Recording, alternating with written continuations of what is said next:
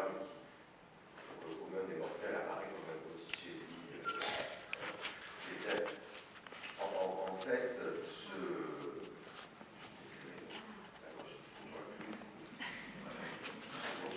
ce Botticelli est en fait attribué à Umberto Giunti et date de 1920.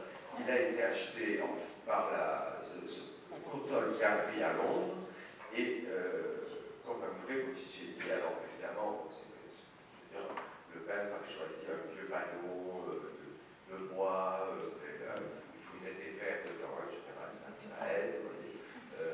Ensuite, on essaie d'avoir des pigments qui existaient au XXe siècle.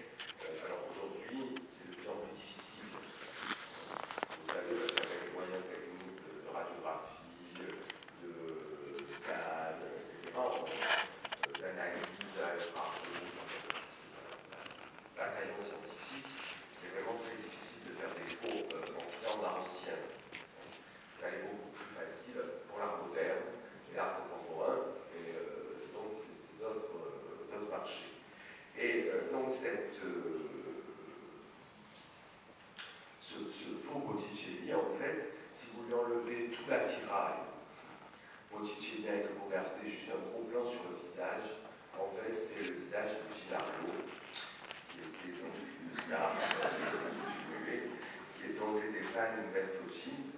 Et c'est à cause de ça qu'on a, parce qu'elle n'a pas du tout des yeux botticelliens, pour ceux qui font attention, elle a des grands yeux bleus, à la Ginarlo, avec une moue comme ça.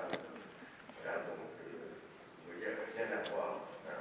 Mais il a été acheté comme un Botticelli. Hein. Je connais des dames qui peu de lignes devant moi, elle ne se souvient plus du visage de Ginarlo. Hein. Vous allez le voir sur le net. C'était une époque où on voyait les choses en noir et blanc, et là je vous montre la couleur. Effectivement, c'est un peu trompé.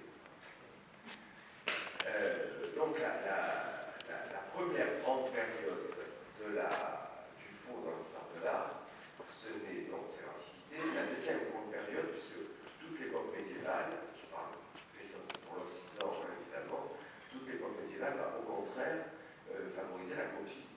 Dans les monastères, vous savez, on a des ateliers de copistes. Donc on fait comme dans la première Antiquité, on reproduit des canons.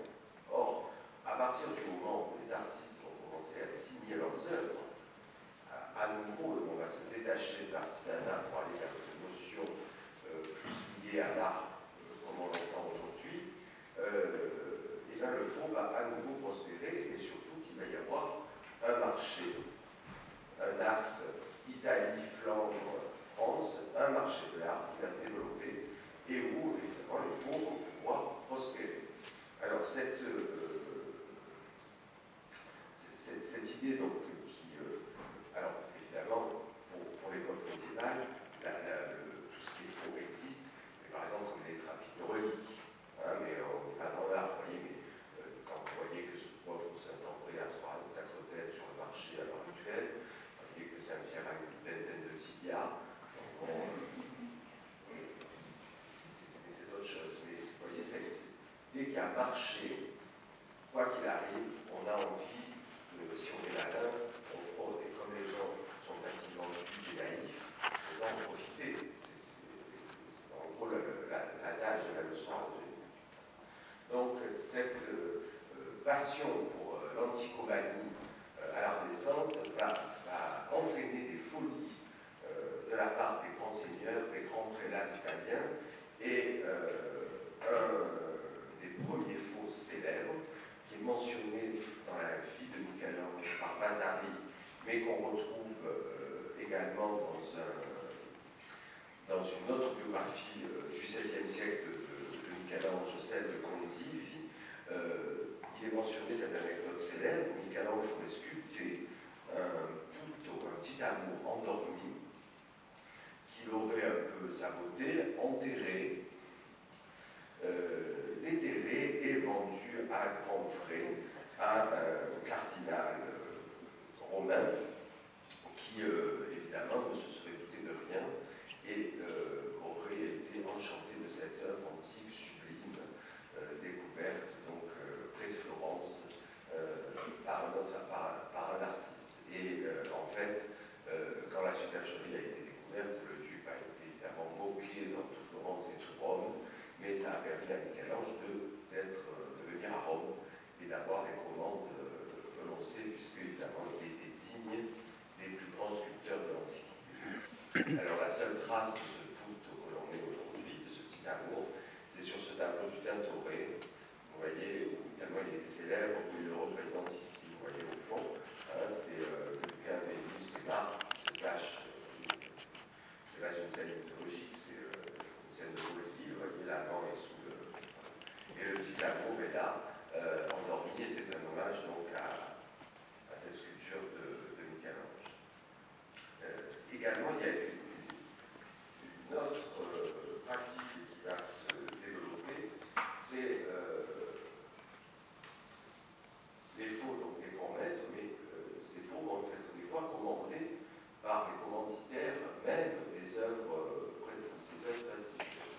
Vous avez ici le portrait célèbre de Léon X, Médicis avec ses neveux, qui est donc un tableau de Raphaël, et ce tableau donc, avait été convoité par le duc de Mantoue, par le roi de Naples, et donc les Médicis ont fait faire une copie de ce tableau qui est au Palais des Officins à Florence, original, chez les Médicis, et donc pour faire plaisir au roi de Naples, ils ont commandé une copie de ce tableau à Andrea del Sarto, qui a fait un faux, délibérément signé Raphaël, et qui a été donc offert en grande pompe comme cadeau diplomatique au roi de Naples, qui était très content de son Raphaël. Et en fait, c'est ce tableau-là qui est à Naples, au château de Capodimonte, et qui est en fait un Andrea del Sarto. Et l'original étant resté chez les Médicis planqués dans leur palais à Florence. Donc vous voyez que ces histoires-là sont assez marrantes. Autre grande époque du faux, autre grande spécificité des faux à la Renaissance, c'est avec le développement de l'imprimerie, la gravure. Et le premier à se battre contre le faux, c'est Dürer, qui a été de son vivant victime, c'est un peu le Vuitton de l'époque, puisque la gravure s'est inscrite, il a été victime d'un pillage complet de son œuvre et de faux, puisqu'en plus, bon, son monogramme étant facilement imitable, un enfant qui commence à peine à savoir écrire saurait faire le monogramme de Dürer. Donc du coup, il a été pillé, alors avec des faux très grossiers, souvent, mais qui inondaient le marché italien, espagnol, français et allemand, et du Saint-Empire, pardon, l'Allemagne n'existant pas, et Dürer est fulminé parce qu'il tombait des fois lors de ses voyages sur des faux, des choses, on sait ce qu'on n'a pas fait, c'est comme ce brave Chagall, quand il est passé à New York sur la 5e avenue devant une galerie et qu'il avait des tableaux qu'il n'avait jamais peints. De lui, évidemment. C'est un peu problématique. Donc la gravure,